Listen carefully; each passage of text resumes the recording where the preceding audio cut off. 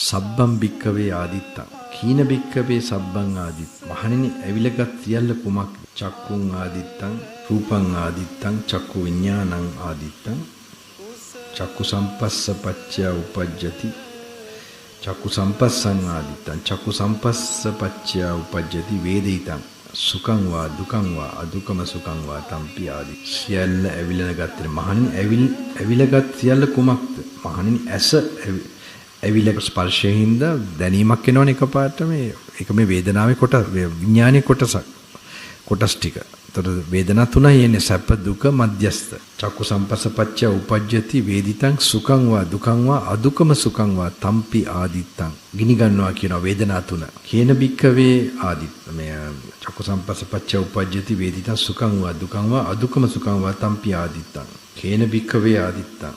මොකෙන්ද ඇවිලින්නේ? රාග ගින්නා, දෝෂ ගින්නා, මෝහ ගින්නා, රාගෙන් ද්වේෂයෙන් මොහ රාග ගින්නා, දෝෂ ගින්නා, මෝහ ගින්නා, ජාතිය, ජරාය, මරණේන සෝකේ, පරිදේවි දුක්ඛේ, දූමනස්සේ ආදිත්තන්ති වදාමි. එතකොට මේකේ අනිත් ඉන්ද්‍රියන් උත් වෙනවා කන, ශබ්ද ඇවිලන ගත්තේ, නහය ඇවිලන ගත්තේ, ගන්ධය ඇවිලන ගත්තේ. ඔන්න ඔය විදිහට හය ඉන්ද්‍රියන්ම කියනවා.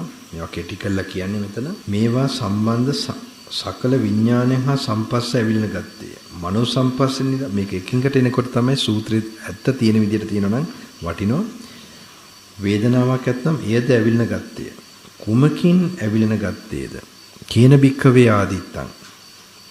රාග ගින්න, දෝෂ ගින්න මේ රාග ගින්නෙන්, දෝෂ ගින්නෙන්, මෝහ ගින්නෙන් ඇවිල ගත්තේ. ජාතිය ජරාය මරණේන සෝකේ පරිදේවි දුක්ඛේ දෝමනස්සේ උපායසේ ආදිත්තන්ති වදාමි. එතකොට ජාතියෙන් ජරාව මරණ ශෝක පරිදේව දුක්ඛ දෝමනස්ස එකෙන් ගිනි ගන්නවා. මේක පිංගුතුලට නොටිස් වෙන්නේ නැද්ද? හරි ඉන්ටරෙස්ටිං මේකක්. මේකේ තියෙනවා මේ සලායතන. මේක දානවා ඇහැ කන නාසය දිව ශරීරයේ මනසට. ඒ කියන්නේ සංඥා වෙලා ඉවරයි. හරිද? දැන් උතන බලන්න එකතු කරනවා මේ වේදනා තුන ගිනි ගන්නවා මොකෙන්ද? රාග ගින්නා, දෝෂ ගින්නා, මෝහ ගින්නා. ඔතන මොකද්ද? සංකාර කරන එක, කර්මය කරන එක. එතකොට සංකාර කළා කර්මය කරනකොට විඥාන පහළ වෙනවා. එතකොට රාග ගින්නා, දෝෂ ගින්නා, මෝහ ගින්නා. ඕක ප්‍රධාන එක තමයි සංකාර කරනවා. රාගෙන් රියැක්ට් වෙනවා, ද්වේෂෙන් රියැක්ට් වෙනවා, මෝහෙන් රියැක්ට් වෙනවා. ඕක ගිනි ගන්නවා. ගින්දර කියලා කියනවා.